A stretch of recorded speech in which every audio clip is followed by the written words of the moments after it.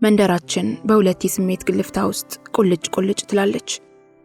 ለምታደላው ግራ ሳትጋባ አልቀረችም። ከቤታችን በስተጓሮ አንዲት ወዳት እሸከማት የነበረችና ያደገች ትንሽ ልጅ ተድራ ይሁን ቀለበት አስራ ይጨፈራል። ከበስተፊት ለፊት ደግሞ በቅርብ ጊዜ በመኪና አደጋ ወንድማቸውን ያጡ ረታቸውን ለማርያም በምን ቅልብሽ እንዳላቸው እንጃ ያለቅሳሉ። መቼም የማማረታሽ ለቅሶ ነው ማለት ይከብዳል። ላፍ መክፈት የቀረበ ነው። አመል ብሎባቸው ሲሰዳደቡ ሲጠራሩና ሲያለቅሱ የመንደሩ ሰው ቧሪያፋቸውን ከፈቱን የሚላቸው ታውኒ ምነው ረታች የማለት ልምድ አለባቸው። እኛ ልጆች በነበርንበት ጊዜ መተት እየሰራን እበራቸው ስንጥል በስንጥሩ እግራቸው ላይ የተከመረ ሰውነታቸውን እየወዘወዙ ተሳድበው አስፈራርተው በመጨረሻ ሲያለቅሱ ያተርፍሬ ከሚያካክሉ አይኖቻቸው የሚፈልቅ የእንባ ጎርፍ አይጣል ያሰኛል። አንድ ቀን በእንባቸው ፈረሰኛ አይኖቻቸው ተፈነቃቅለውና ተጠራርገው ጡታቸው ስር እንዳይገኙ ያሳስባል። ባለቤታቸው ገረመው ሲበዛ ቀልደኛ ነበሩ። የመንደሩ ሰው ይወዳቸዋል። አባ ከካው እያሉ በቅጥል ስም ይጠሯቸዋል። ደስ ነው የሚላቸው። እሳቸው ካሉ ሐዘን ቤቱ ፌሽታ ቤት ሆኖ ነው የሚያመሸው። አብዛኛው ለቅሶ ደራሽ አባ ከካው እያለ ስለ ብልግና እንዲያወሩ ይገፋፋቸዋል። ቺ የማለት ልምድ አላቸው። ቺ እኔ ገር ያልዋሽም ያጥፋኝ አልዋሽም ይሉና የጠቧት ሳትቀር እያወሩ ለቅሶ ደራሹን ያስቁታል። በእርግጥም ኑሯቸውን ራሱን የምር የሚኖሩ ሳይሆን ለለቅሶ ቤት ቀልዳቸው የሚፈጥሩበት ተሞክሯቸውን የሚመስለው። ባለቤታቸው ይወግሯቸዋል። ሲፎክሩ እንኳን እኔ ገሬ ሚስቱ የምትመታው እያሉ ነው። ሁለቱ አይስማሙም። ልጆች በነበርንበት ጊዜ አባ ገሬ ቤት እንሄድና ከባለቤታቸው ጋር ሲሰዳደቡ እንሰማ ነበር። አንቺ የብርቄ ልጅ ይላሉ አባ ገሬ፣ እናትሽ በሞተችና ድሬን በበላሁ። አንቲ ወይኒቱ ልጅ ይላሉ ረታች። ሁለቱም የባለቤቶቻቸውን ወላጆች ባሮች ናቸው እያሉን የሚሳደቡት በመጨረሻ ሲካረሩ እማማ ረታች ጉልቤ በመሆናቸው ያስፈራራሉ። ዋ እተረክካለሁ ሁሌ ብቻዬን አስኮናኝ የሰው አስኮናኝ ይሏቸዋል። ይህን አባ ገሬ አንጀታቸው ርር እያለ ሸበቶ ጭንቅላታቸውን እየነቀነቁ እንደ ልማዳቸው ችይሉና በጨረፍታ ያጨበጭባሉ። አንቺ ወንድን የሴት ሁለቱ ባልና ሚስት ካሉ በሁለቱ ጸብ አገር ያወካል። በእርግጥም አባ ገሬ ሲያወሩ ልጆችም ሆነን አዘናግቼ ካልሆነ አልችላትም ይች ባሪያ ይላሉ። አባ ገሬ በየዋህነታቸው፣ በግልጽነታቸው፣ በቀልደኝነታቸው የመንደሩ ሰው ሲበዛ ይወዳቸዋል። አልዋሽም ያጥፋኝ አልዋሽም ካሉ አይዋሹም። አብዛኛውን ጊዜ መንደርተኛውን በሳቅ የሚያፈርሱት ስለ መወገራቸውና ስለ ሴት አይምሬነታቸው እያወሩ ነው። በይበልጥ በሚስታቸው ስለ መወገራቸው። አንድ ቀን የምችላት መሰለኝና ምን አባቷ ብዬ በሩን ዘጋው። በኋላ ያዘ ሳደርጋት ሲል የለቀም አድርጋ አልጋው ላይ ድብ አደረገችኝ እያለች በምን ልቻላት በጓሮ በር ጎረቤታችን ገባ። እሱን ሳይዋፈርኩና ባዝማሪ ቋንቋ ከሌላ እንድትነሳልኝ ለመንኳት። እያለችም ቢብትለኝ ወደ ጎረቤታችን ዞር ብዬ እኔ ሚስቴን ስቀጣት ትምጣብኝ አላልኩም ብዬ ተቆጣሁታ። ቤቱ ያውካካል። አንድ ጊዜ ደግሞ ይቀጥላሉ። አንድ ጊዜ ደግሞ ቀን ስራ ድንጋይ ሸከማ ገባሁና ሰራርቼ ስመጣ እንደው ለካከፈችኝ። ብስጭት ብዬ መቆሚያ ጣቢያ ወጥቼ እንደቆምኩ አንድ ወፈፌ ብጤ የጠጅ ቤት ጓደኛዬ የመጣና ምን እንደሆንኩ ጠየቀኝ። ብስጭት ብዬ ብነግረው ና ምን አባቷንስና ብሎ ፊት ለፊት ቀደመኝ። እኔም ጎሽ የወንድ እጅ አሳይልኝ ብዬ ተከተልኩት። ስንደርስ ረታች በር ላይ ቁጭ ብላለች። አንቺ አላት፣ ምን ሆነሽ ነው ለፍቶ ሲመጣ የሚበላ የምትከለኪው? ና ወንድ ኮንክ ለማከፍተህ አንተ ስጠው አለችው። ሂድ የወንድ እጅ አሳይልኝ አልኩት። ጓደኛዬን ስገፋፋው ቢያቀምስልኝ እንዴት አንጀቴ ቅቤ በጠጣ ነበር። ገና ጠጋ ሲላት አለችና ጠቅልላ ተወችው። ቤቱ ያውካካል። ጸቡ ላይ የነበሩ ቀሪ ነገር ይጠይቃሉ። ታዲያ ያኔ ጓደኛው ሲመታ እርሶ ምን አሉ? ምን ነው እኔ ብቻ አንተም ቅመስ እንጂ አልኩታ። ለቅሶ ቤቱ የፌሽታ ቤት መስሎ ቁጭ ይላል። አባ ገሬ ሲበዛ ደግ ናቸው። ባለቤታቸው እንኳን እንደዛ እየደበደቧቸው ትንሽ ፍራንክ ያገኙ እንደሆነ አወያች ረታች ባዶ ቤት ሳትሆን አትቀርም ብለው ወስደው ይሰጧቸዋል። ብዙ ጊዜም እቤታቸው ጽዋ ገብቶ ሲደገስ ማህበርተኛ ከመግባቱ በፊት የድግሱ ምግብ እየጨረሱ ባለቤታቸውን አስለቅሰዋል። እንዲሁ የዓመት በዓል ጊዜ ረታች ከቤት ወጣ ያሉ እንደሆነ ገልብጠው ማብላት ነው። አባ ገሬ ከደግነታቸውና ከቀልደኝነታቸው ውጪ የሴት አመል አለብኝ እያሉ በግልጽ ይናገራሉ። አርጅተው እንኳን ደንደን ያለ የሴት ዳል ያዩ እንደሆነ ወደ አፍንጫቸው ጥግ ተቀራርበው በተርታ የተሰለፉ ትናንሽ አይኖቻቸውን ተክለው አይነቅሉም። ሰው አይቶ ከሳቀ አያምስልባትና ውሽሜ የነበረችው የእንጀራ እናቴን ትመስላለች ብለው ወጋቸውን ይቀጥላሉ። እርግጥም ሴት ካገኙ አይምሩም። አንድ ጊዜ የውብነሽ የምትባል ቆንጆ ሰካራም ሴት ቤታቸው ተዳብላ አንቃው አስጮኋታል። ካደረጉም ከማውራት ወደ ኋላ አይሉም። ለሳቸው ኑሮ የቀልድ ምንጭ ነውና ምን እውነት አለበትና በሚስጥር ይጠበቅ። አንድ ሰሞን የአናጺውን ሚስት አበቡን ቀምሰው ኖሮ አናጺው እንደለመዱት የአፄ ፋሲል ዘር እያሉ ስካር ቀመስ ወግ ሲጀምሩ አባ ገሬ በግጥም እንዲህ ብለው ዝም ያሰኟቸዋል። አንተ ቀሚስ ግዛን የመቀነቷን የጋራ ሚስታችን አትሂድ ራቁቷን። አባ ገሬ ግልፍተኛም ናቸው። አንድ ጊዜ ቀበሌ ስብሰባ ላይ አንድ አብዮት ጠባቂ ስለ ስራው ሪፖርት ሲያቀርብ የእኛን መንደር አዝማሪ ሰፈር ብሎ ስለጠራ በህዝብ መሃል ግልፍ ብሏቸው በመሳደባቸው ከርቸሌ ሊወርዱ ነበር አሉ። በግልፍተኝነት ላይ ደግሞ ማዘናጋትና ማጥቃትም ያውቃሉ። በጸብ ጊዜ እኔ ገሬ አዘናግቼ ነው ይላሉ። በእርግጥም አዘናግተው አይለቁም። ሚስታቸውን እንኳ አዘናግተው ብዙ ጊዜ ይፈነክቷቸው ነበር። አንድ ጊዜ አቦይ አዝማሪው ከገሬ ጋር ይጣላና አዘናግተው ይፈነክቱታል። የከዚህ ቀደም ገደብ ስለነበረባቸው ከከሰሳቸው መቅለጣቸው በመሆኑ ያችን አንድ ሌሊት እንደምንም አሳልፈው ወደ መርሃ ቤቴ ለመሸፈት አውቶቡስ ተራ ይሄዳሉ። አውቶቡሱን አግኝተው እንደተሰለፉ ያ ገደብ ጥሰው የፈነከቱት አቦዬ እዚያው ያዩታል። ለካስ እሱም የአባ ገሬን ዛቻ እንደጀመርኩ ጨርሰዋል ያሉትን ፈርቶ መሸሹ ኖሯል። አባ ገሬ ነገሩ ይገባቸውና የታባቱ ብለው ወደ ቤታቸው ሲመለሱ አሁንም አቦዬ ቀድሟቸው መጥቷል። ለካስ እሱም አይቷቸው በቃ ሸሽቷል ብሎ ወደ ቤቱ መመለሱ ኖሯል። ከዚያ ሁለቱም ልብ ለልብ ተግባብተው አርፈው ተቀመጡ። እንዲሁ አንድ ጊዜ አባ ገሬ ከኃይለ ሚካኤል ፉፉ ጋር ተጣልተው አንተን ማን እጅ በእጅ ይዛል አዘናግቶ ነው እንጂ ብለው ማታ ፉፉ የቀኑን ረስተው አገር ሰላም ብለው የተኙበት አባ ገሬ በሩን ከፈት አድርገው ፉፉን 3 ቦታ ፈንክተዋቸዋል በድንጋይ ጨበጣ። ከአባ ገሬ አስቂኝ ባህሪና የዋህነት አንድ በጣም ግርም የሚለኝ ነበር። አንድ ጊዜ በልጅነቱ ሀገራቸው ጥለውት የመጡት ልጃቸው ከመርሃ ቤቴ ይመጣል። ቁጭ ብለው ሲያወሩ በመሃል የከነከናቸውን ፍንጭ ጣል ያደርጋሉ። አባትህ ደህና ናቸው ለጤናቸው ብለው ይጠይቁታል። ልጁም እንዴ አባቴ አንተ አይደለህ ሲላቸው እንደ አዲስ እንደገና ተነስተው እያለቀሱ ሳሙት። ለካ አባ ገሬ ባለቤታቸው ከሳቸው ደብቀው ከሌላ የወለዱት መስሏቸው ነገር ቋጥረው ኖሯል። አንድ ጊዜ አምሽቼ ወደ ቤቴ ስገባ አባ ገሬ ቤት ጫጫታ ሰማውና ቆም አልኩ። አባ ገሬ ራሳቸውን እየነጩ ያለቅሳሉ። በውስጥ ሱሪ ራቁታቸውን ናቸው። ከመርሃ ቤት የመጡ ውትድርና ጦር ሜዳ ቆስሎ የተመለሰው ልጃቸው ከእናቱ የወረሰውን አተራዬን እያቁለጨለጨ ምን ማለታችሁ ነው? አባት ይመታል እንዴ? ይላል። አባ ገሬ ይዋሻሉ የሚል የለም። እንባቸው እየተናነቃቸው ደጋግመው ይላሉ። ወርውሮ ጣለኝ ያጥፋኝ አልዋሽም። እንደ ባህሪያቸው አዘናግቼ ያላሉትም ልጃቸው ነዋ። የዚች መንደር ደረቅ ያኗኗር ሳሏን በቀልዳቸው የሚያለዝቡት አባ ገሬ ናቸው። በወንደላጤ ኑሮ የተሰላቸው ከምሩ አባ ገሬን ስለሚስት ሲያማከራቸው መልሳቸው ጥቁር ናት እንጂ የኔ ሚስት አለችልህ ነው። የአባ ገሬን አዘወትረው የሚያወሩትን አንድ ገጠመኝ ልንገርሽ። አንድ ጊዜ አባ ገሬ በአቡንደጅ በር ላይ ሲያልፉ አቡንደጅ ቤቷ የገባው እንዳልወጣ ብሏት ትሟገት ነበር።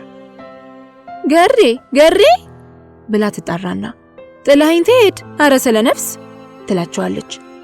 አባ ገሬ ጠጋ ብለው በበሩ ቀዳዳ አትወጣም ይላሉ። አልወጣም ይላል ወንዱ። ቺ ምን ነው ገሬ ይሉና ግልፍ ብሏቸው ዱላቸውን ለምክቶሽ አስተካክለው በሩን በመበርገድ ይገባሉ። ወንዱም ቶሎ ብሎ የቤቱን መቀርቀሪያ ያነሳል። ይገጥማሉ። ለካ ሰውየው እንደ አባ ገሬ ስሙ ገረመው ኑሮ ገሬ ማለት ልምድ አለበት።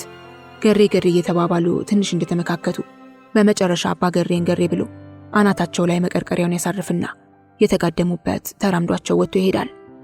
ቢሆንም እንዳሰብኩት ከቤት አስወጥቼዋለሁ ይላሉ አባ ገሬ በወሬያቸው መደምደሚያ ላይ።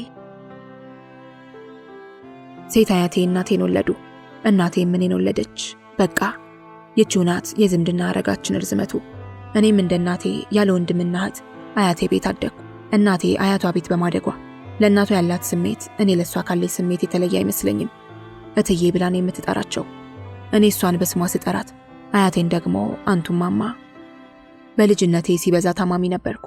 አያቴ ሲያወሩ አንድ ጊዜ ሳምባ ነቀርሳ ሐኪም ቤት ይዘውኝ ሄደው ሲመለሱ የጆሮና የአንገት ወርቃቸውን በተስፋ መቁረጥ አውልቀው ለሐዘን በመዘጋጀት ነበር። ሴት አያቴ ለእኔ ዝምድና ማሳየት የጀመሩት እየበረታው መታየት ከጀመርኩ ወዲህ ነው። እናቴ እኔን ለመውለድ ከ5 ቀን በላይ አመጣለች። በመጨረሻ ስትገላገል አያቴ ከኔ ይልቅ ለልጃቸው ነበር ትኩረት የሰጡት። እኔ በክርታስ እንደተወለድኩ ወዲያ ብለውኝ ልጃቸውን በስስት መመልከት ጀመሩ። አሁን ድረስ አክስቴ እያልኩ የምጠራት የክርስትና አባቴ ሚስት ውይ ነፍስ አለው ትላለች። ማንም ስለኔ የተጨነቀ አልነበረም። አያቴ እንኳን ልጅ የለቀቃት እንጂ የራሱ ጉዳይ ይላሉ። አክስቴ ናት አንስታ ያጣጠበችኝ። እንግዲህ ዛሬ ለአያቴ ከልጃቸውም በላይ ዓለም ላይ ያለሁት አንድ ብቸኛ ዘመዳቸው እኔ ብቻ ሆኛለሁ። ባፋቸው ባይናገሩትም እኔ አንድ መሆኔን በውስጣቸው ያብሰለስሉታል። ካወጡትም የቆጫቸው ላለመምሰል እየተጠነቀቁ ነው። የልጄን ሆድ ረግጦ ወጥቶ ይላሉ። አንድ ልጅነቴ ሕይወታቸውን ስፍስፍ አድርጎታል። ትዝ ይለኛል አድጌ የትን በምዞርበትና እንደውም አንደኛ ደረጃ ትምህርት ቤት በገባሁበት ዕድሜ አያቴን አቅፈው እንጀራ ይጋግሩ ነበር። ጎረቤቶች ሲያዩ ይስቃሉ። እኔ ካልከበደኝ ነው የመልሳቸው መክፈቻ። አንዳንዴ መቼ ይሆን የምከብዳቸው ብዬ አስባለሁ። አሁንም ቢሸከሙኝ ለአካላቸው እንጂ ለመንፈሳቸው አልከብዳቸውም፣ እርግጠኛ ነኝ። በሽታዬን በልጅነት ያጣጥሜ ሳድግ ሙሉ ጤነኛ ሆኛለሁ። ቢሆንም በምትኩ ከፍተኛ የመሞላቀቅ በሽታ ያደረብኝ ልጅ ሆንኩ። ሴት አያቴን ክፉኛ ስበጠብጣቸውና ግራ ግብት ሲላቸው እጄን ይዘው ወደ ማድ ቤት ያስገቡኝና ከታሰረው የሴት ሸክም ቅጠል ላይ እርጥብ አመልማሎ ይመዛሉ። ይህ እርጥብ ቅጠል የሚመዘዘው በስንት ጥናት ተገላብጦ ታይቶ ነው። የደረቀና ቅጠሉ የረገፈ ከሆነ አንደኛ አንጀት ውስጥ ገብቶ ያንሰፈስፋል፣ ሁለተኛ ልጅ በደረቅ አይመታም፣ በእርጥብ ከሆነ ግን ወዲያውን ምርቃት ነው ብለው ያስባሉ። እንግዲህ በዚያ አመልማሎ ቸብ ቸብ ማድረግ ይጀምራሉ። አያምም። እኔ ግን አንዴ ቸብ ሲያደርጉኝ ይለፈልፋለሁ። ወየው ሞትኩ እላለሁ። በሁለተኛው እወድቅና ጩኸቴን አግለበልበዋለሁ። በሶስተኛው ቸብታ ግን ሩሁን እንደሳተ ሰው ጸጥ እላለሁ። አያቴ ክፉኛ ይደነግጣሉ። ሙሉዬ አንተ ምን አባቱ? ውሃ አምጥተው ያርከፈክፉብኛል። በዚህ ሁኔታዬ ትንሽ ብቆይ እንደሚጮህ አውቃለሁ። እንደ መባተት ስል ያንጋጥጡና ተመስገን እኔ ተው እጄ መጥፎ ነው እለዋለሁ አይሰማኝ እያሉ አቅፈው እያንዘላዘሉ ቤት ይወስዱኛል። እርጎ የማይቀር ቢሆንም ሌላ የምፈልገውን ተጨማሪ ይገዙልኛል። እስካሁን ድረስ ያንተን ነፍስ ደግፎ ያቆየው እርጎ ነው እያሉ ያወሩልኛል። ትንሽ የህመም ስሜት ከተሰማኝ እርጎ እንድጠጣ ይመክሩኛል። ይሄ ምክራቸው ለኔ እንዴት ያለ እርጎ የሆነ ትዝታ ይቀሰቅስብኛል መሰለሽ። የአያቴን ቁመና እንዴት ልገልጸው እንደምችል አላውቅም። እንደ እናቴ ባይሆንም ረጅም ሴት ናቸው። ጠይም፣ የፊት አንድ ጥርሳቸው ወልቋል። ሰፈራችን ጤነኛ አይደለምና ሰክረው እንዳይመስልሽ።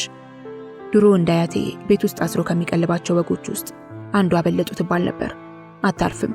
የታሰረችበት ሆና ከግራ ቀኝ ስትወዛወዝ መሽቶ ይነጋል። የታሰረችበት ገመድ በጡዘት ከሳምንት በላይ አይቆይም፣ ይበጠሳል። ታዲያ ማማ ከስሯ ምን እንደሚሰሩ እንጃ እንዳጎነበሱ ነበር በጭንቅላቷ ገጅታ ጥርሳቸውን ያወለቀቻቸው።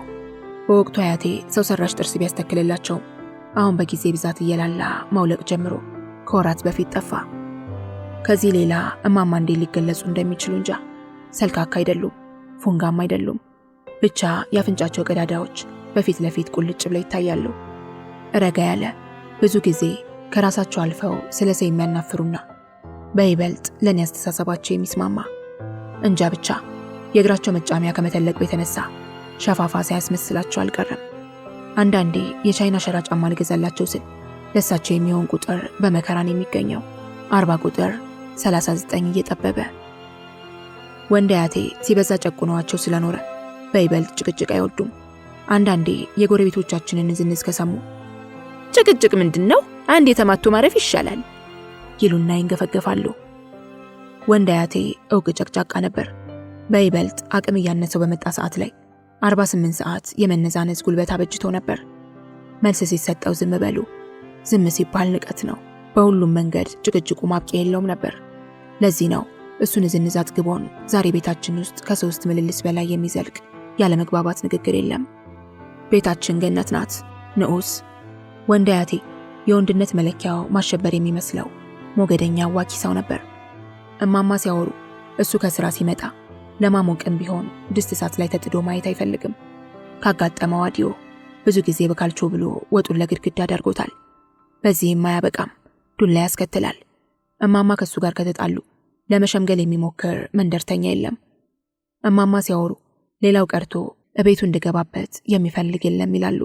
ይህንን አንስተው አሁን ሲጫወቱ እየሳቁ ምናምን እንደቀመሰው ውሻ እኔ ሲሄድበት ሁሉም ደጃፉን ይዘጋል ይሉና ሳቃቸው ጠየም ብሎ አንድ ቀን መሀል አናቴን ተርክከውኝ ብቻዬን ፖሊስ ጣቢያ ሲሄድ በኋላ አማረች ቢገሉኝ የሚግደሉ ብላ ተከተለችኝ ይላሉ። ወንድ አያቴ ጸብ ያለሽ በዳቦ ስለሆነ ሰው ሁሉ ይጠነቀቃል። የአያቴ አንድ ግርም የሚለኝ ባህሪ ነበረው። ከቤቱ አልፎ ተርፎ የሰው ልጆች ይቀጣል። የሆን ልጆች ናቸው። የሰው ሚስትም የሚደበድብበት ጊዜም አለ። ምን አባቷ ሆና ነው ወንዱን ልጅ እንዲያደርጋ የምታዋርድ ይቺ ውሻ ሻጭ ይላል በገዛ ባሏ። ወንድ አያቴን በቅጡ የማስታውሰው በጡረታ ተገሎ ቤት ውስጥ መዋል ከጀመረ ወዲህ ነው። ከዚያ በፊት ሊጋባ ቢሮ ከሚባለው መስሪያ ቤቱ ወስዶ ሜዳው ላይ ሲለቀኝ ይዞኝ ጠጅ ቤት ይገባና ለኔም አንድ ብርሌ የሚያስቀዳልኝ ነበር። ልጅ አይደለም እንዴ ሲሉ አያቴ ያፈጥና ምን አገባህ ወደ ስራ ሲላቸው ያቺን አንዷን ብርሌ ገንጭዬ ስመጣ እማማ ሲያዩኝ እንደ ሰከረ የምሆነው እማማም ልቡን አፈንድተው ግደሉት እያሉ አያቴ ሳይሰማ የሚያልጎመጉሙትና በጠዋት ተነስተው እርጎ የሚያዘጋጁት። ከዚህ ሁሉ በምሬት የማስታውሰው የቤተ ክርስቲያኑን ነው። በቅዳሴ ሰዓት ሲነሱ ቆሜ፣ ሲያጎነብሱ አቀርቅሬ፣ ሲንበረከኩ ተንበርክኬ፣ ከዚህ ዝንፍ ካልኩ ቋ በኩርኩም። ወንድ አያቴ ሲበዛ ጥንቁቅና ጠርጣሪ ነበር። በሱ አስተያየት የወንድ ልጅ መስፈርቱ ብዙ ነው። ወንድ ልጅ እንዴት ደጃፍ ሳይዘጋ ሱሪውን ያወልቃል ይላል። የኛ በር የሚዘጋው ከምሽቱ 12 ሰዓት ላይ ነው። ከዚህ በኋላ የሚመጣ እኔ ነኝ ብሎ አስከፍቶ ይግባ። የተባረረ ይመጣል፣ እየሰከረ ያበደ ይመጣል። ከዚያ ሰዓት በኋላ የሚገባም ሆነ የሚወጣ የለም። ቤቱ 12 ሰዓት ሆኖ በሩ ከተዘጋ በኋላ ሁሉም ነገር በሱ ቁጥጥር ስር ይውላል። ጸጥ እረጭ። አልጋው ላይ ቁጭ ይልና እግሩን አግዳሚ በርጮማው ላይ ያስቀምጣል። እኔ ፈጠን ብዬ ጫማውንና ካልሲውን አውልቄ ለእግሩ ድልዳላ በጅቼ ያስቀምጠዋለሁ። ሁሉም ነገር የየራሱ ስርዓት አለው። ሌላው ቀርቶ ያች አግዳሚ በርጮማ 12 ወርቅማ ምስማሮች በአንድ ተርታ ተመተውባታል። ያ የወርቅማ ምስማር ድርድር አቅጣጫው መሆን ያለበት ወደ በሩ ነው። ተሳስቶ ወደ ውስጥ ከሆነ ክፉኛ ይቆጣል፣ ከተደጋገመ ይማታል። ከዚያም ማማ ሲያዙኝ ለጣቷ አቅርቤ ያስታጥባለሁ። የፍቅሩን ፊቴ ላይ ውሃ ፈንጠቅ ማድረጉ የተለመደ ነው። ከዚያም ማማራት ያቀርቡና እየተበላ በተለመደ አባባል አሳንቀት ገድለኝ ይለኛል። ቀደም ብዬ የገዛሁትን ጠጅ እንድቀዳለት፣ ጠጁን ስቀዳለት ቅመሰው ይለኛል። እቀምሰዋለሁን የሚባለው አጋምሰዋለሁ። ከወንድ ልጅ መስፈርት አንዱ ሳያስቀምስ አለመጠጣቱ ነው። ወንድ ጠርጣሪ መሆን አለበት። ያጎርሰኝና ከጓዳ እወጣለሁ። ከዚህ በኋላ ሁለቱ አያቶቼ ራት በልተው ሲጨርሱ እዚያው ቦታ ላይ ገበታው ከፍ ሳይል እኛ ልጆቹ እንጠራለን። ከራት በኋላ አያቴ እጁን የሚታጠበው በጠጅ ነው። ሲያብራራው ጠላ እንጂ ጠጅ ግፍ የለውም፣ አገራችን ሴቶች ደጅ ይወጡበታል ይላል። ይህ አባባሉ አይቀርም። ከዚያ ጠጁን እየጠጣ ልጆቹን ማብላት ይቀጥላል። ጎሽ ጎሽ ይችን ጎሽ እኔ እስካለው ብሉልኝ፣ ከዚያ በኋላ የራሳችሁ ጉዳይ ይላል። ሊያልቅ ሲል እማማ ላይ ያፈጣል። ጨምሪላቸው። ሳንጨርስ በቃን ካልን ደግሞ ይህን አስተርፋችሁ ምን ታደርጉት ይልና ያፈጣል። አንዳንዴ እያለቀሰን የምንበላበት ጊዜ አለ። ይህኔ ተጣልቶን ነው ከገበታ ላይ የሚነሳው። ብሉ ባልኩ ለቅሶ ወይ አባቴ ያስብላችሁ። ሁል ጊዜም ከጎዳዋ ላይ የምትተርፈው ግማሽ ብርጭቆ ጠጅ የኔ ናት። ከዚህ በኋላ ሻይ ባበሻ አረቄ ጠጥቶ ነው የሚተኛው። ሬዲዮ ከፍቶ እያዳመጠ የጠጣውን ሻይ ባረቄ ከግማሽ ትንሽ ዝቅ ሲል በማንኪያ የሚጠጣበትን ትልቅ የቻይና ሸክላ ሲኒ ያንኳኳል።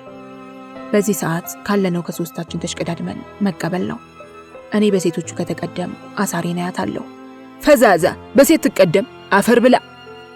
ከቀደምኩ ደግሞ ራሴን እየደባበሰ እግሩ ስር አግዳሚው በርጮማ ላይ ቁጭ ብዬ በክብር እጠጣለሁ። ጎሽ ልጄ የታባታቸውንና ደሞ ሴቶች ይቅደሙህ። የአያቴ ወግና ስርዓቱ ብዙ ነው። እነዚህን ወግና ስርዓት የተላለፈ አሳሩን ያያል። በይበልጥ እኔ ልብ ስላልነበረኝ ለቅጣት እንደተጋለጥኩ ነበር። አንድ ጥፋት ካጠፋውና ጥፋቱ ከበድ ካለ በይራቱን ስጪው ብሎ ያዛል። እኔ ራቴን የምበላው እንደ ወትሮ ከሱ ፊት የተነሳውን አይደለም። ያለ እኔ እንደ ቅጣት አድርጎ ያስበዋል። የታጠፈ ንጹህ እንጀራ ቀርቦልኝ ከቤተሰቡ ቀድሜ ከበላው በኋላ በል ዘነበችን አምጣ ይለኛል። ዘነበች ከቆዳ የተሰራች ባለብረት እጀታ አለንጋ ናት። ደብቄ ከሆነ ደብቄ ካስቀመጥኩበት አመጣታለሁ። ይህንን ሁሉ ደረጃ በደረጃ ሲያዝ ረጋ እንዳለ እየሳቀ ነው። በዚህ ሰዓት ለተመለከተው ሰው መረል ሊያደርግ የተዘጋጀ አድርጎ ይወስደ ይሆናል። ግን በፍጹም ልክ አልንጓጁ ስትገባ ፊቱ ይለዋወጥና መግረፍ ይጀምራል። የቤታችን በር ግልጥልጥ ብሎ የተከፈተ ቢሆን እንኳን እኔን ለመገላገል የደጃፋችንን ደፍ የሚያልፍ የለም። እማማ ክፉኛ ይርገበገባሉ፣ ይወጣሉ፣ ይገባሉ። ገርፎይ ሲያበቃ ፊት ለፊት ያስቆመኝና የተወሰነች ደቂቃ ይሰጠኛል። እንባዬን እጠርጋለሁ። ታግዬ ስልቅርቅታዬን አቆማለሁ። ከዚያ የመጨረሻ ጥያቄ ራት ትበላለህ? ድጋሚ መሆኑ ነው። በቃኝ ያለ ኩርፍ ያለበት ማለት ነው። አልለቀቅም። በግዴ ይበላታለሁ።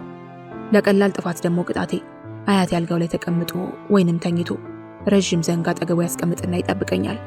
እኔ ተንበርክኬ እጆቼን ግራና ቀኝ ዘረጋለሁ። እጆቼ በድካም ዝቅ ሲሉ በዚያ ዘንግ ቋ ለምን ያህል ጊዜ ርዝመት እንደሆነ አይታወቅም። ይሄ ሲያበቃ ቆምና ወደ ላይ እንድዘል ያዘኛል። ስዘል እንዲህ እያለ ያወጣልኛል።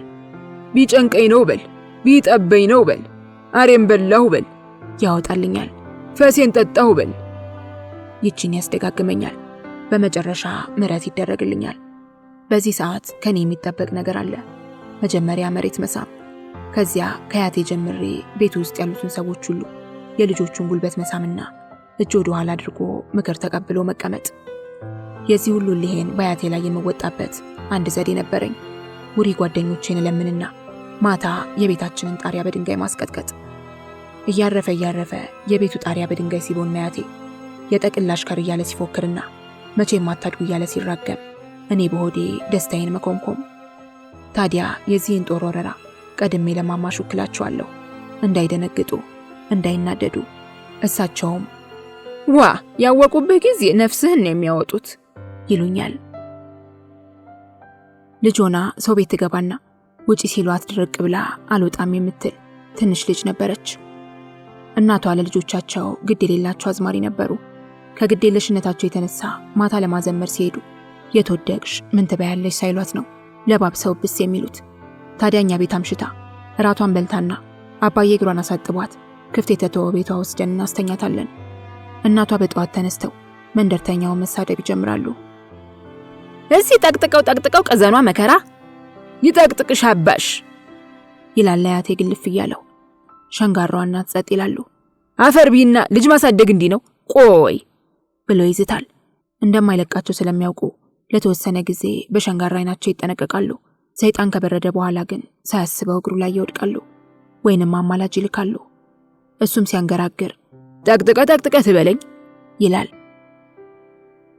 ወንድ አያቴ ሊያሰርጽብኝ ከሚጥረው ባህሪ ውስጥ አንዱን ብቻ እስከ ዛሬ ድረስ ደግፈዋለሁ። ከኛ ከልጆቹ ውስጥ ሲያልፍና ሲያገድም የሰው ቤት መለስ ብሎ የተመለከተ ልጅ አሳር ፍዳውን ያያል። አንቱ ውሻ የሰው ቤት ምን ያሳያል? ውሻ ነው የሰው ቤት የሚመለከት ይላል ተቆጥቶ።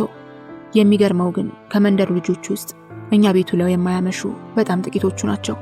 አያቴ ከኛ ከልጆቹ ይልቅ ለተጎሳቆሉት የመንደር ልጆች ከፍተኛ ፍቅር ነበረው። በዚህም የሚቀርቡት ሁሉ እሱን አባዬ፣ እማማን ደግሞ እማዬ ብለውን ያደጉት። በዚያ ለምደው አሁን ድረስ 1-5 የሚሆኑ የወለዱና ትልቅ የሆኑ ልጆች እማማን እማዬ እያሉ ይጠሯቸዋል። አያቴ ልዩ የሆነ ባህሪው ይበዛ ነበር ማለት ይቻላል። እድሜ ልኩን ውሃ ጠጥቶ አያውቅም። ውሃ ወዳፉ የሚገባው ሊግመጠሞጥ ሲል ብቻ ነው። የውሃ ጥሙን የሚያረካው ጠጅ በመጠጣት ነበር። ከዚህ ሌላ አያቴ ከሰሩት ምግብ ውጪ ቤት ውስጥ ሲበላ ታይቶ አይታወቅም። ጎረቤቶቻችን ደግሰው እንኳን በሳህን ይዘውለት ሲመጡ ለእኛ አስተላልፎ ይሰጣል እንጂ ሰዎቹን ለማስደሰት እንኳን አይቀምሰውም። እኛም ብንሆን አትበሉም ብሎ ይጠይቀናል። አንበላም እንላለን ከትከሻችን ንቅናቄ። አያቴ አይቆጣም፣ እንደውም ደስ ይለዋል። የሰው ቤት እህል ፈስ ነው፣ የሰው ቤት ምግብ የሚበላ ውሻ ብቻ ነው ይለናል። በራችን ላይ የታሰረችውን ክብሪትን ፈቶ የምትመገብበት ሳህን ላይ በማድረግ ጎሽ ብይ እያለ በስንጥር ገፋ ገፋ ያደርግላታል። እሷም ቢካለች ኩራቱ ይጨምራል። ጎሽ የኔ ልጅ ይላታል። እሷ እንኳን ነፍስ አውቃ ውሻ አይደለችም እኮ። ስለ ውሻዋ የግማሽ ቀን ትንታኔ ያደርጋል። የዚህ ባህሪው ተጽዕኖ በእኔ ላይ እስከ ቅርብ ጊዜ ድረስ ጎልቶ ይንጸባረቅብኝ ነበር። ሰው ቤት ሄጄ ምግብ ያቀርቡ ይሆን የሚለው ስጋቴ ሰቅዞ አያዝናናኝም ነበር። አያቴ ኩራትንም ነው ያስተማረኝ። ልጆች እያለን አሁን መሰብሰቢያ አዳራሽ የተሰራበት ፓርላማ ፊት ለፊት ካለው ሜዳ ላይ ኳስ ስንጫወት የቤተ መንግስት ወታደሮች ይጠሩንና ምግብ በትሪ ላይ ዘርግፈው ባጥር ላይ ይሰጡናል። እኔ ጓደኞቼ ለበሉት የተናነቀኝ እንደነበር ትዝ ይለኛል። ፊቴን አዞራለሁ። አታምኘኝ ይሆናል፣ አንዳንዴ ያስታውከኛል። ጓደኞቼ ቅልጥም የተጋደመበትን የቤተ መንግስት ምግብ ተሻምተው ከበሉ በኋላ ወደ ጨዋታ ሲመለሱ እነሱን መንካት እንኳን ይቀፈኝ ነበር። አያቴን በዚህ ወደዋለሁ። የሰው በሆነ ነገር አለመጓጓትን የኔ አድርጎልኛልና። ከሱ ባህሪ የምጠላው የገንዘብ አያያዙን ነበር። ይሄ ባህሪው የኔ ባለመሆኑም እግዚአብሔር የተመሰገነ ይሁን ያስብለኛል። አያቴ የጫማ ቀለም ገዝቶ የማስቀመጥ ባህሪ ያለው። ያንን ቀለም በብሩሽ የምቀባለት እኔ ነኝ። ታዲያ በወር የሊስትሮ 10 ሳንቲም ደሞዝ አለኝ። በፍቅር ጠብቃት እንደነበር አስታውሳለሁ። ታዲያ ደሞዜን ከተቀበልኩ በኋላ ደግሞ ጣር ይሆናል። እንደምን አድርጌ ላጥፋት? አያቴ ገድለኛላ። አባዬ ከረሜላ ልግዛ? ከረከሩ ረድ። ኬክ ልግዛ? እከክ በገንዘብ አልገዛም። እሺ ዳቦ። ይሄኔ ቱግ ይላል። ምናምን ይደብድብ አባትክ፣ ዳቦ ቤት ውስጥ ጠፋ። ሳንቲሟን በመዳፌ ታቅፌ ውዬ ማደር ነው። ለሁሉም ነገር ማጥለያ አያጣም። ባስቴ ጩሎ በእግሩ ያቦካውን ነው ምግብ ብለህ የምትበላ? ቱ ቱ ቱ። ከሳምንት ጭቅጨቃ በኋላ እየገፈታተረኝ ሂድ ወቱቶ ገደለኝ አይደለም ይልና ከቁጣ ጋር ይፈቅድልኛል። እኔ እኮ የምፈልገው በሳንቲሟ ምናምን ገዝቼ መብላት አልነበረም፣ ብቻ ገንዘቧን ማጥፋት። አንዳንድ የአያቴ እያየ ሳንቲሟን ለለማኝ የምሰጥበት ጊዜ ነበር። ታዲያ በዚህ ድርጊቴ የ2 ወር ደሞዜን እቆነደዳለሁ። አያቴ አገሩ ጎጃም ዳሞት ነው። ከሀገሩ የወጣው ገና የ14 ዓመት ልጅ ሳለ አንድ ቄስ ደብድቦ ቄሱ በነፍስ በሚጠበቅበት ጊዜ ነው። ጨካኝ ነበር። ጨካኝነቱን የምትገነዘቢው ስለ ሀገሩ በሚያወራበት ጊዜ የመጨረሻ ልጅ መሆኑንና ከ7 ወንድሞቹ ውስጥ በመጨረሻ ሀገሩን የለቀቀው እሱ መሆኑን አውርቶ የወላጅ መካን የሆኑትን ወላጆችን ሲያነሳ ምንም የሐዘን ስሜት አይሰማውም። ይሞቱ ይኑሩ አላውቅም፣ እስካሁን ይኖሩ ብላችሁ ይላል። ለመጀመሪያ ጊዜ ፍቅር እስከ መቃብርን ሳነብ የበዛብህን ወላጆች የሱ እንደሆኑ ሆኖ ስለተሰማኝ አይጎጃም እላለሁ። ሌላ የአያቴ ጨካኝነት የሚታየኝ ብዙ ጊዜ ከቤታችን በግ አይጠፋም፣ ግልገል ገዝቶ ያሳድጋል። በጎቹ እሱን ከመልመዳቸው የተነሳ ምሳ እስኪበላ ጠብቀው እጁን የጠራረገበትን እንጀራ ይጎርሳሉ። አያቴ በጎቹም ቢሆኑ ስርዓት እንዲኖራቸው ይፈልጋል። የሚታሰሩበትን ገመድ አንገታቸው ላይ ጠመጥምና ወደ መናፈሻ አስከትሏቸው ይሄዳል። አንዳንድ ሰዎች በጎቹን ከኋላ ያዝ ሲያደርጓቸው ይጮሃሉ። አያቴ ዞር ይልና እባክህ ልቀቀው ይላል። አያቴ በዚህ አይነት ለብዙ ዓመታት በጎችን እንደ ልጅ አድርጎ ቢያሳድግም ጊዜያቸው ሲደርስ ለማረድም ወደ ኋላ አይልም። እማማ ቀድማ ለማቅረብ ካቀረቡ በላይ ማረድ ደግ ነው ይሉታል። ዝም በይ ይላል አያቴ። ከብት ነው ሌላ ምን መሰለሽ? ካልታረዳ ዝለሽ ነው ዞሪ ነው። አያቴ ዝም ይሉታል፣ ይፈሩታል። አያቴ መልኩ የጥቁር መልአክ ነው። ሸበቶ ሪዙን ያሳድጋል። ሉጫ ነጭ ጸጉሩንም ወደ ኋላ ማጅራቱ ላይ ያደርሳል። አፍንጫው ከዓይኖቹ መካከል ተነስቶ የሚተኮስ ሮኬት ይመስላል። ዓይኖቹ የንስር ናቸው። ጎላ ጎላ ያሉ ጥርሶች አሉት። መካከለኛ ቁመት፣ ዘወትር የተቋጠረ ቅንድብ። አብዛኛውን ጊዜ በራችን ላይ ወንበር አውጥቶ የመቀመጥ ልምድ አለው። ነጯ ክብሪት እግሩ ስር ትተኛለች። ከኛ ከልጆቹ የበለጠ ውሻዋ ትሽቆጠቆጥለት እንደነበር አስታውሳለሁ። ከመከፈቷ በፊት ሌላ ቀርቶ ሽንቷን ከሸናች በቤት አስገብቶ በር ዘግቶን የሚገርፋት። ስትፈታ መንደሩን በሩጫ ታካልለዋለች። ሽንቷንም ምኗንም ራቅ ብላ ጨርሳ ትመጣለች። አያቴ በእኔ ሲናደድ ካንተ ክብሪት ትሻላለች ይለኝ ነበር። እውነቱን ነው ልበል፣ ከኔ እሷ የበለጠ ትመካበት ነበር። እሷ አጠገቧ ከተቀመጠ ለለመደችው ሰው እንኳን ቁጡ ትሆናለች። እሱም ቢሆን እሷ ከተቆጣች ተው ዞር በል ነው የሚለው። እሷን አይገስጥም። ዞር በል ምን ገተረህ ይላል። በዚህ ሊለምኑ የመጡ የኔ ቢጤዎችን ይደበድብ እንደነበር አስታውሳለሁ። ሂድ አታስጩህብኝ ይላል የኔ ቢጤውን። ስለ ገብርኤል ይላል። አይሰማም ለማኙ። አንተን እኮ ነው አትሄድም። ስለ መልአኩ ገብርኤል ይላል። አያቴ ቀስ ብሎ ይነሳል።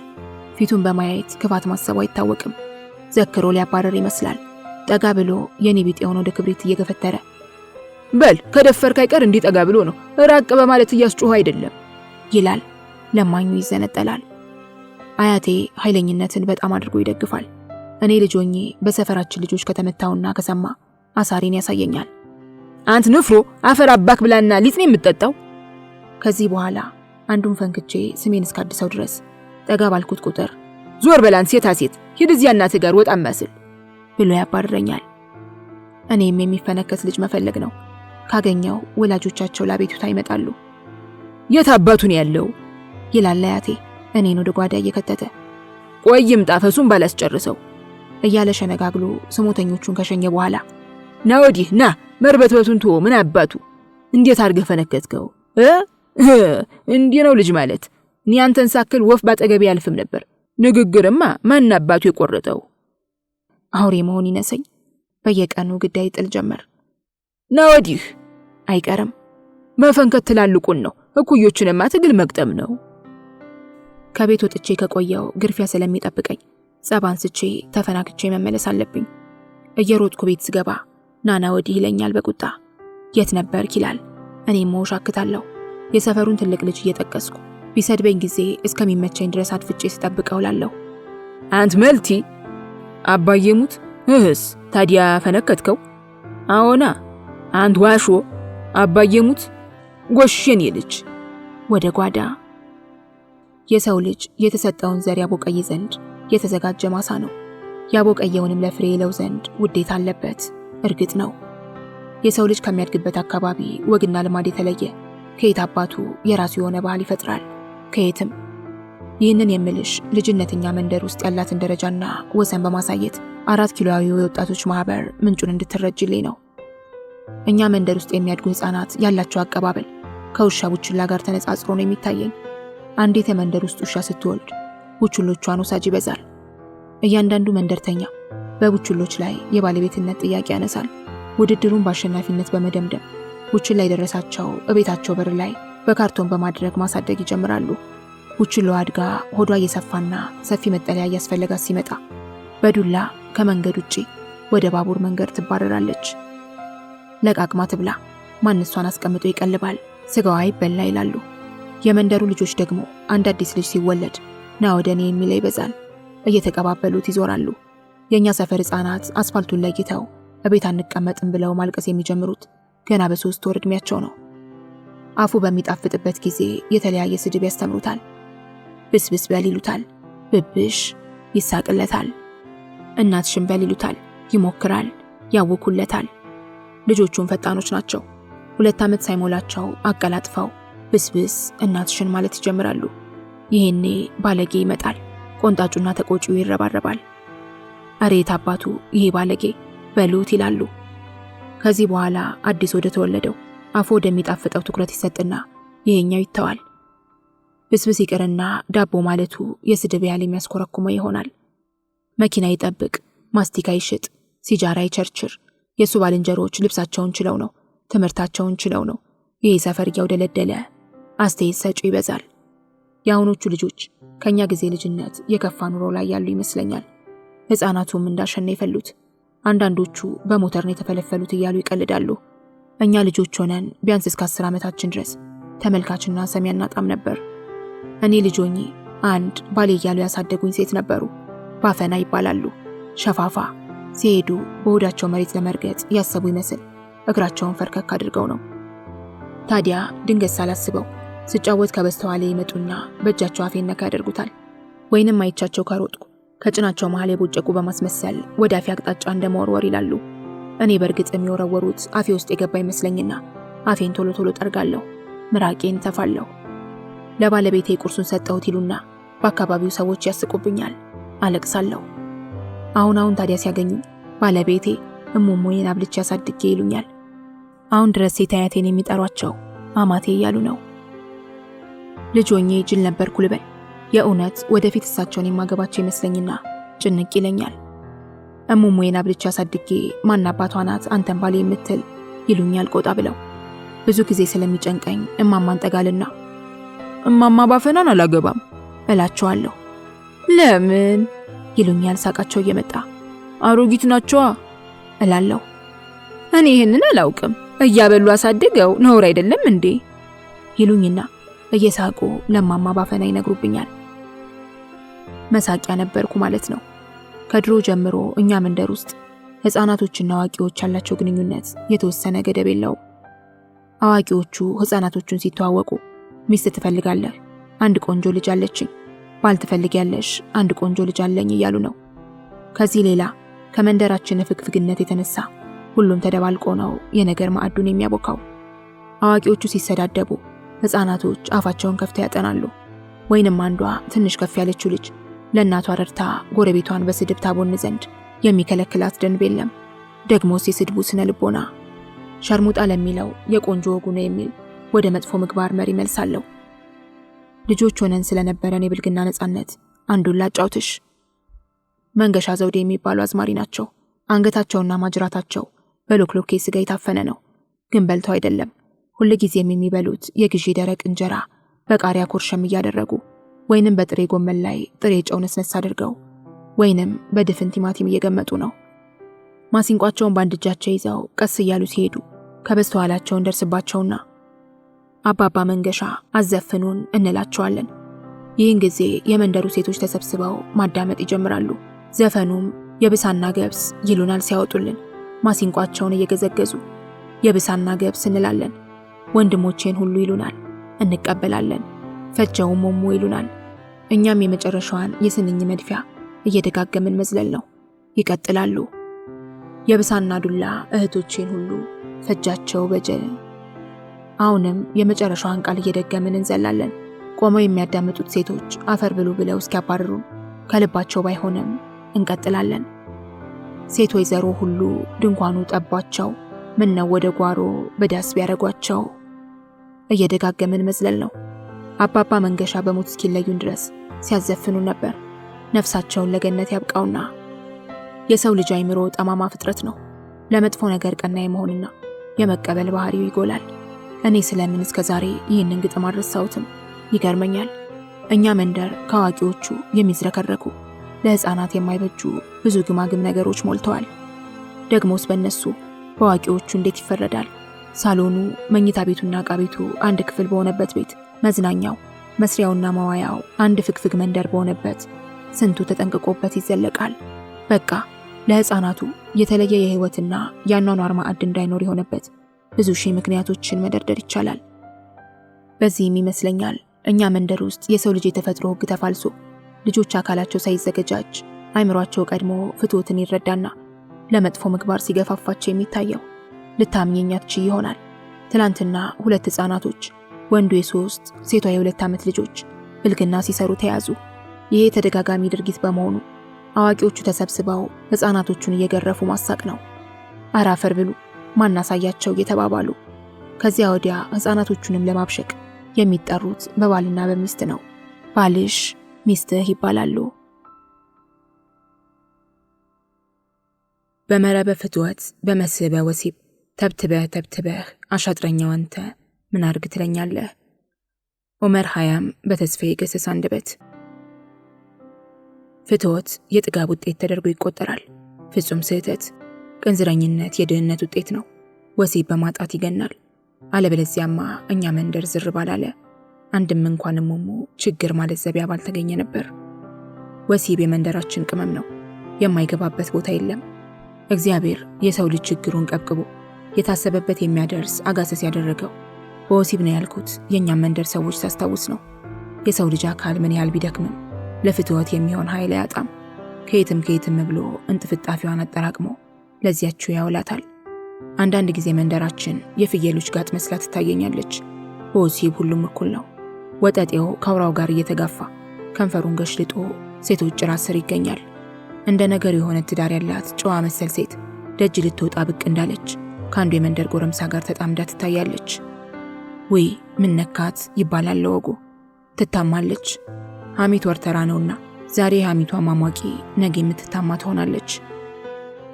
መንደራችንን በፍትወት እንፈትሻት ከተባለ አባ ገሬን ገረመውን ማንሳት ግድ ነው። እሳቸው ያሉበት አየሩ ወሲበው ሲመሽተቱ አይቀርም። ሴት ባዩ ቁጥር አያምስልባትና ያቺው ሽሜ የነበረችውን የእንጀራ እናቴን ትመስላለች ይላሉ። ከዚያ ገና እረኛ እያሉ አባታቸው ወጣት ሴት አግብተው እንዴት ሴቷ አጥምዳ ውሽማ እንዳደረገቻቸውና ይቀርብላቸው ስለነበረው ረቂቅ ምግብ ዘርዝረው ያወራሉ። አባ ገሬ ብዙ የወሲብ ግጥም ያውቃሉ። ማሲንቆቻቸውን እንደ ነገሩ እየገዘገዙ ያን ወሲብ ነክ ግጥማቸውን ያንዶለድሉታል። የበቅሎ ማሰሪያው አጭር ነው ገመዱ፣ ልጅቱ እስክትገኝ እናቲቱን ከኩ። ደግሞ ያደርጉታል። ልጅቷ ከጠፋች እናቲቱን አይለቁም። የተግባር ሰው ናቸው ለማለት ነው። ድንገት ማንኛውም ሴት የሆነ ቦታ ከተገኘች የስንዴ ፍንካች የሚያካክል ጠባባብ አይኖቻቸውን በልምምጥ አፍጠው ሙችሙች የቡና ማፊያ ሰጥሻለሁ፣ አልቆይም፣ ጎንበስ ትያለሽ፣ ቸለስ አድርጌብሽ በቃ ይላሉ። ወጣቶቹን ሳይቀር እሺ ከተባሉ ያላቸውን ገንዘብ ሁሉ ከመስጠት ወደ ኋላ ይሉ ያጥፋኝ አልቆይም እያሉ ለማግባባት ይሞክራሉ። ወሲብ ለአባገሬ ፈረስ ነው፣ እውነት ማለት ዘቢያ። ከፍተኛ የሴት አምሮብኝ ይላሉ በግልጽ። እውነትም ሰውነቷ ሞላ ያለ ሴት ሲያዩ መርፌ አይኖቻቸው አብሮ ይንከራተታል። ጥሎብኝ ሴት እወዳለሁ ይላሉ፣ አይደብቁም። አባገሬ ሴት ይወዳሉ ብቻ መባል የለበትም፣ ያመልካሉ። ከፈጣሪያቸው በላይ አድርገው ያሉ ማለት ይቻላል። ሌሊት ነጭ ጋቢያቸውን ነጭ ራሳቸውን አከናንበው ቤተ ክርስቲያን ቢሄዱም ልባቸው የሚያመልከው ሴት ነው። አንድ ጊዜ ይላሉ፣ ራሳቸው ያወሩታል። ቤተ ክርስቲያን ሲሄዱ ጠይም የመሰለች ሴት ወይዘሮ አገኘሁ፣ አዛውንት መስዬ ተጠጋኋት። መጀመሪያ ያልተጠራጠረቻቸውም እያዋሩ እሷም ልትሳለም ስለነበር ወደ ቤተ ክርስቲያን ሄዱ። ምን እንዳወሩ እንዴት እንዳግባቧት እንጃ። ወደ ባለወልድ መቃብር አስገብተው አንዱን ሐውልት አስይዘው ፀሐይ የመሰለ መቀመጫዋን ገልብ ያየሁ፣ በጨዋታችን መሃል አንቺ አልኳት። ምን ነው አለችኝ። ይህ የተደገፍሽው ሰውዬ ቀብሩን ፈንቅሎ ቢነሳስ? ቱ ምን አልኩት። ይልቅ ይከውኑና ወደ ጸሎታችን እንሂድ። እንዲህም አድርጎ ጸሎት የለ። ያሽሟጠጣሉ። ቀጥለው ጨዋታቸውን ፕሬዘንት ያሁን ጊዜ ለማድረግ ያንን የመሰለ መቀመጫ እስከዛሬ ገጥሞኝ አያውቅም፣ ምናልባት የሷ አፈር ብሉ የሚል የቀልድ ምላሽ ይሰጣቸዋል። አባገሬ በሚስጥር ውስጥ ለውስጥ ቢሄዱ የምትከለክላቸው ሴት አልነበረችም። ግን አፋቸው አያርፍም፣ ያወሩታል። ያም ሆኖ አንዳንዶቹ አይከለክሏቸውም። ያጥፋኝ የሷን የመሰለ ቃል ገጠመኝም ይላሉ በነጋታው። አንድ ጊዜ ሲያንቀዠቅዣት የአናጢው አሰፋ ሚስት ታቀምሳቸዋለች።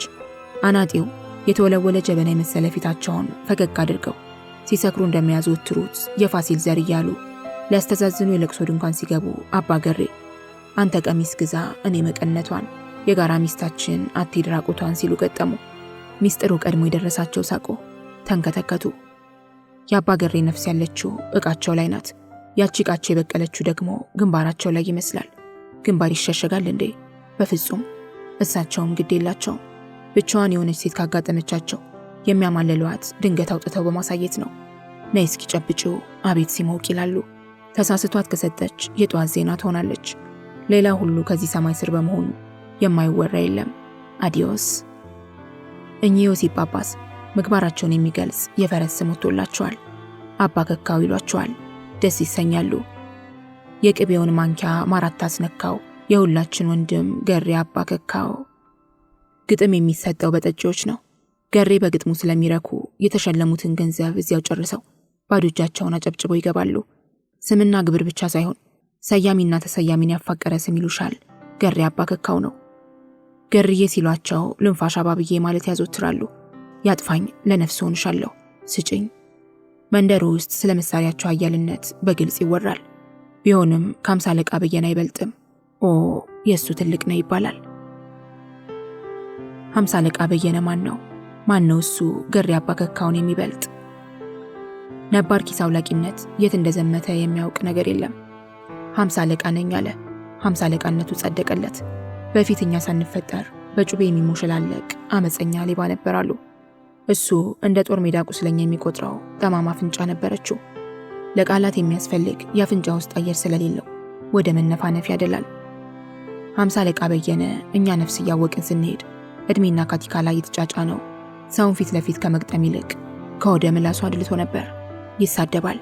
ጉልበት ያነሰው ለሴቶችም ጭምር ነበር። ድሮ ተሸክሞ ወደ ፈለገበት እንዳልወሰደ አሁን ልቡ እየከጀላቸው ስለማይችል ጀብዱን እያወራ ሊያማልላቸው ይሞክራል። እኔ 50 አለቃ ስንቱን ሴት ወይዘሮ አሰግጃለሁ መሰላችሁ ይልና እንደ መኩራት ብሎ በአሽከር ነበር መልእክት የሚደርሰኝ። እሜቴ ይፈልጉታል ስባል አመሻሽቼ ሄዳለሁ። አይ ኩራቴ! ለእግሬ ውሃ እስኪሞቅ የዶሮዬን ከመሰለ ጠላ ጋር እራት ይቀርብልኛል። አይ ጥጋቤ! ከዛ እንዳይደርስ የለም ጊዜው ይደርሳል። አይ መንቀባረሬ!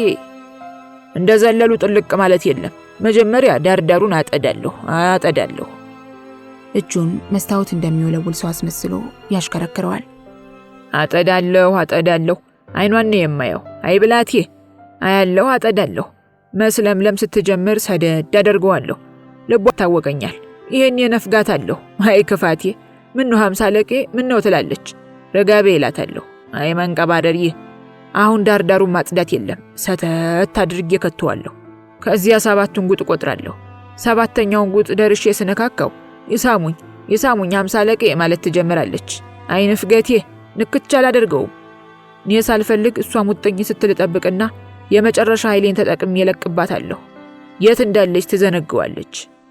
ከ50 አለቃ ዮሴፍ ወሬ ጋር መሽቶ ይነጋል። ሴቶቹ አፋቸውን ከፍተው እየተሳሳቁ ያዳምጣሉ። አፈር ብላ ይሏቸዋል። አንዳንዴ ለወሬው ማጀቢያ የጋለ ብረቱን አውጥቶ ያሳያቸዋል። አፈር ብላ እየተባባሉ በተሸፋፈኑበት ነጠላቸው ጓሮ ይመለከታሉ። ምን አሸክሞታል ልጄ አበስ ገበርኩ ይባባላሉ። በነጋታው በበራቸው ሲያልፍ 50 አለቃ ጥሪ ይበዛበታል። ያኔ አይኩራቱ እንደ አሳማ አፍ ወደ ላይ የተገለበጠ ከንፈሩን ፈልቀቅ አድርጎ አዳፋ ኮቱን ያስተካክላል። ወደ መጨረሻ አካባቢ ጨዋታው በጠጅ ግብዣ ሆነ።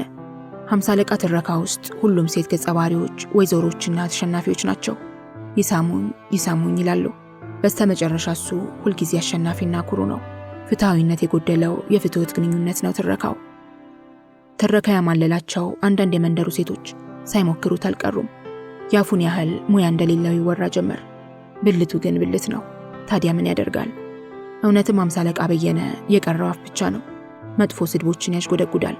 የወንድ የበላይነት የተንጸባረቀበት ግልጥልጥ ያለ የወሲብ ታሪኩን ያወርዳል።